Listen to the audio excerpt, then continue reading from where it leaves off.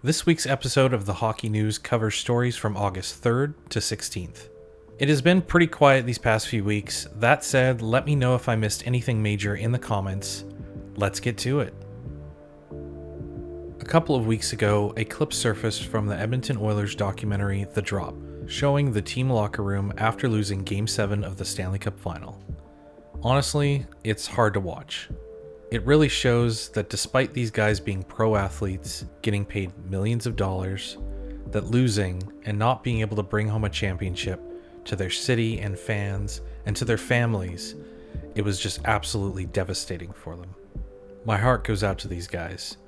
Sadly, that's sports. In the end, only one team can win it all. Speaking of teams winning it all, back on August 10th, Team Canada won the gold medal at the Hlinka-Gretzky Cup. If you're unfamiliar with the Hlinka-Gretzky Cup, it's an international men's under-18 ice hockey tournament, typically hosted by Canada, Czechia, or Slovakia. This year, Canada defeated Czechia 2-1 in the gold medal game. Canada held their opponents to 4 total goals across the entire 5-game tournament. Just insane. Former Anaheim Ducks captain Ryan Getzlaf has joined the NHL's Department of Player Safety. Getzlaf finished his NHL career back in 2022 with over 1,000 games played and over 1,000 points. He also won 1 Stanley Cup in 2007, 2 Olympic gold medals in 2010 and 2014, and 1 World Cup in 2016. Getzlaf now brings his hockey expertise to the NHL's Department of Player Safety, working alongside his former teammate and one of the last NHL enforcers, George Parros.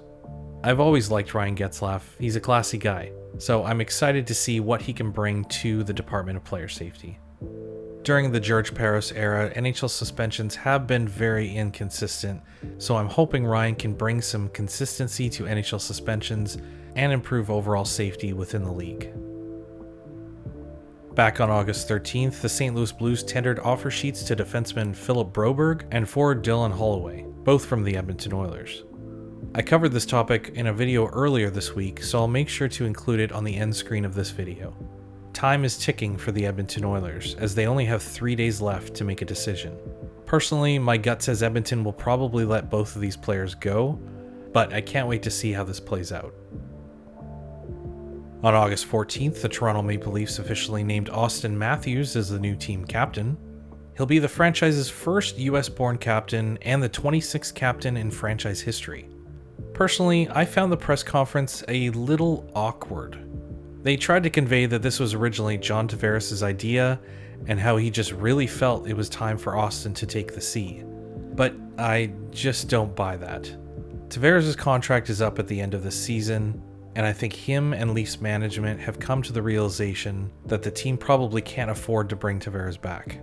So they're moving the C to Matthews a year in advance so that Tavares can mentor him this season before he leaves.